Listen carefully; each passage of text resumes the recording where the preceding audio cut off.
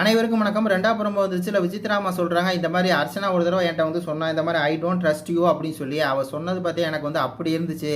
ஏன்னா உங்களுக்கே தெரியும் அந்த அளவுக்கு வந்து பார்த்தீங்கன்னா அந்த ஃபர்ஸ்ட் வீக் 2ஆவது வீக்லாம் பார்த்தீங்கன்னா அந்த அளவுக்கு வந்து ஒரு ட்ரஸ்ட்டாக வச்சு 2 பேர் தான் வந்து எல்லாமே இருந்திருப்பாங்க. அந்த உள்ளே போய் கூட ஒரு மேட்டர்லாம் வந்து பார்த்தீங்கன்னா ரவீனா பற்றி மணி பற்றியெல்லாம் வந்து சொல்லியிருப்பாங்க இல்லையா, அந்த அளவுக்கு வந்து பார்த்தீங்கன்னா 2 பேரும் ட்ரஸ்ட்டாக இருந்து 2 பேரும் பார்த்தீங்கன்னா அந்த அளவுக்கு இருந்தாங்க. அந்த பிள்ளைங்களாம் எதிர்த்து சண்டை போட்டதே இவங்க 2 பேர் தான். மாயா, பூர்ணிமா, அதுக்கப்புறம் ஐசு, நிக்சன் இவங்களையெல்லாம் எதிர்த்து சண்டை போட்டது இவங்க 2 பேர் தான். அப்போ அப்படியெல்லாம் ஒன்றா இருந்துட்டு கடைசியில் வந்து இவங்க இப்படி ஒரு வார்த்தை சொல்லிட்டாங்க இல்லையா, ஐ டோன்ட் ட்ரஸ்ட் யூ அப்படின்னு சொல்லி, அந்த வார்த்தை வந்து எனக்கு வந்து அப்படி இருந்துச்சு அப்படிங்கிற மாதிரி அதை ஒன்று சொல்லிட்டு, அதே மாதிரி வந்து நம்ம ஜெனியூனாக பேசுகிறோம், அதை வந்து மற்றவங்க வந்து தயவு செஞ்சு புரிஞ்சுக்கணும், முயற்சியாவது பண்ணணும் அப்படிங்கிற மாதிரி சொல்லியிருக்காங்க. நம்மளுக்குமே அப்படி தான் இருந்துச்சு.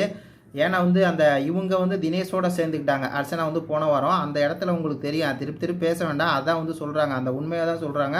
நான் வந்து உண்மையாலுமே அர்ச்சனா மேலே இன்ன வரையும் ட்ரஸ்ட்டாக தான் இருக்கிறேன். இப்போ கூட சொன்னாங்க இடையில, உனக்கு என் மேலே வந்து ட்ரஸ்ட் வந்துருச்சா, திருப்பி வந்து பேச வரும்போது கூட இப்போ என் மேலே உனக்கு ட்ரஸ்ட் இருக்கா அப்படின்னு தான் வந்து விசித்ராமா சொன்னாங்க.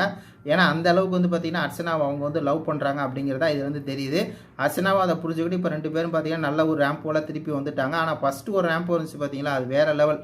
இது பற்றி உங்கள் கருத்துக்களை சொல்லுங்கள். நன்றி, வணக்கம்.